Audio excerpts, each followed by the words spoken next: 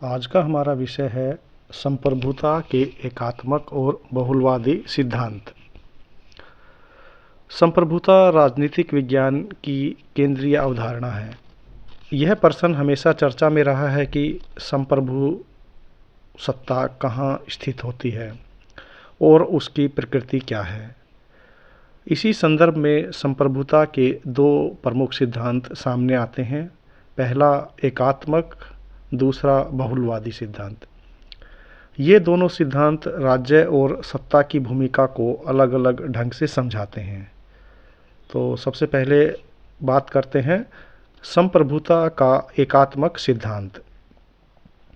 इसके अनुसार संप्रभुता अविभाज्य, पूर्ण और सर्वोच्च होती है तथा यह केवल राज्य में निहित रहती है। राज्य के भीतर कोई अन्य संस्था राज्य के समान या उससे ऊपर शक्ति नहीं रख सकती। इसके मानने वालों में प्रमुख विचारक जीन बोर्डिन, थॉमस हॉब्स और ऑस्टिन आदि विचारक आते हैं। इसके मुख्य विचार हैं: संप्रभु सत्ता एक ही केंद्र में होती है, कानून राज्य की इच्छा है, राज्य के आदेशों का पालन अनिवार्य है और राज्य कानून से ऊपर होता है।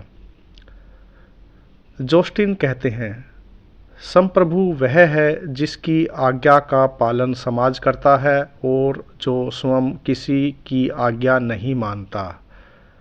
इसकी मुख्य विशेषताएं हैं: अविभाज्यता, यानी कि संप्रभुता को बांटा नहीं जा सकता।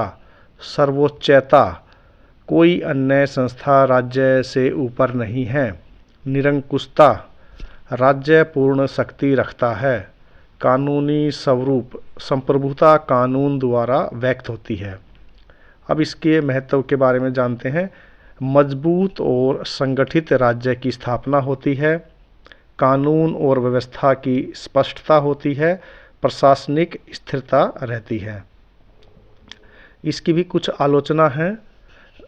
आलोचना में आता है कि राज्य को अत्यधिक शक्तिशाली बनाता है, व्यक्ति और समाज के अधिकारों की उपेक्षा होती है, लोकतांत्रिक मूल्यों के विपरीत है और आधुनिक संघीय और लोकतांत्रिक राज्यों में अव्यावहारिक है। अब बात करते हैं संप्रभुता के बहुलवादी सिद्धांत की। इसके अनुसार संप्रभुता केवल राज्य में निहित नहीं होती बल्कि समाज की अनेक संस्थाओं जैसे कि चर्च, ट्रेड यूनियन, राजनीतिक दल, परिवार या स्वैच्छिक संगठन भी सत्ता और अधिकार लिए होते हैं। इसके प्रमुख विचारकों में जो इसको मानते हैं हेराल्ड लास्की, जे.एन. फिगिस, गियर के, मैट लैन, ये मुख्य विचारक हैं जो इस विचार का समर्थन करते हैं।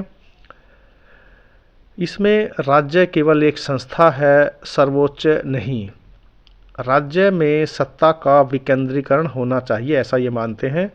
व्यक्ति की निष्ठा कई संस्थानों में बटी होती है और इनका मानना है कि कानून सहमति से बनता है, बल से नहीं। तो इसकी विशेषताएं बनती हैं कि सत्ता का विकेंद्रीकरण हो, राज्य सीमित भूमिका में रहे, स्वैच्छिक संस्थाओं का महत्व बने और लोकतांत्रिक दृष्टिकोण स्थापित हो। इसका महत्व है कि व्यक्ति की स्वतंत्रता की रक्षा होती है, लोकतंत्र की मजबूती मिलती है लोकतंत्र को, और सामाजिक विविधता का सम्मान होता है। इसकी भी कुछ आलोचनाएं हैं, जैसे कि सर्वोच्च सत्ता की स्पष्टता यहाँ नहीं है, कानून लागू करने में कठिनाई होती है, अराजकता की संभावना बनी रहती है और संकट काल में कमज़ोर व्यवस्था हो जाती है। इस प्रकार एकात्मक और बहुलवादी सिद्धांतों की तुलना की जा सकती है कि यहाँ जो संप्रभुता का स्थान है केवल राज्य होता है और बहुलवादी में अनेक संस्थाएं होती हैं। इसकी प्रकृति अविभाज्य और निरंकुश होती है जबकि बहुलवादी की विभाज्य और सीमित होती है। यहाँ राज्य की भूमिका सर्वोच्च है जबकि बहुलवादी में एक संस्था मात्र है। यहाँ लोकतंत्र सीमित है और बहुलवादी में ये लोकतंत्र को प्रोत्साहित करता है। यहाँ स्वतंत्रता राज्य पर निर्भर है और बहुलवादी में व्यक्ति केंद्रित है। इस प्रकार हम निष्कर्ष के तौर पर कह सकते हैं कि एकात्मक और बहुलवादी सिद्धांत संप्रभुता के दो विपरीत लेकिन पूरक दृष्टिकोण प्रस्तुत करते हैं। एकात्मक सिद्धांत राज्य की सर्वोच्चता और व्यवस्था पर बल देता है, जबकि बहुलवादी सिद्धांत व्यक्ति की स्वतंत्रता और सामाजिक संस्थाओं के महत्व को रेखांकित करता है। आधुनिक लोकतांत्रिक राज्यों में इन दोनों सिद्धांतों का संतुलित रूप देखने को मिलता है, जहां राज्य सर्वोच्च होते हुए भी समाज और व्यक्ति के अधिकारों का सम्मान करता है। तो इस प्रकार हमने जाना कि संप्रभुता के एकात्मक और बहुलवादी दृष्टिकोण क्या क्या हैं।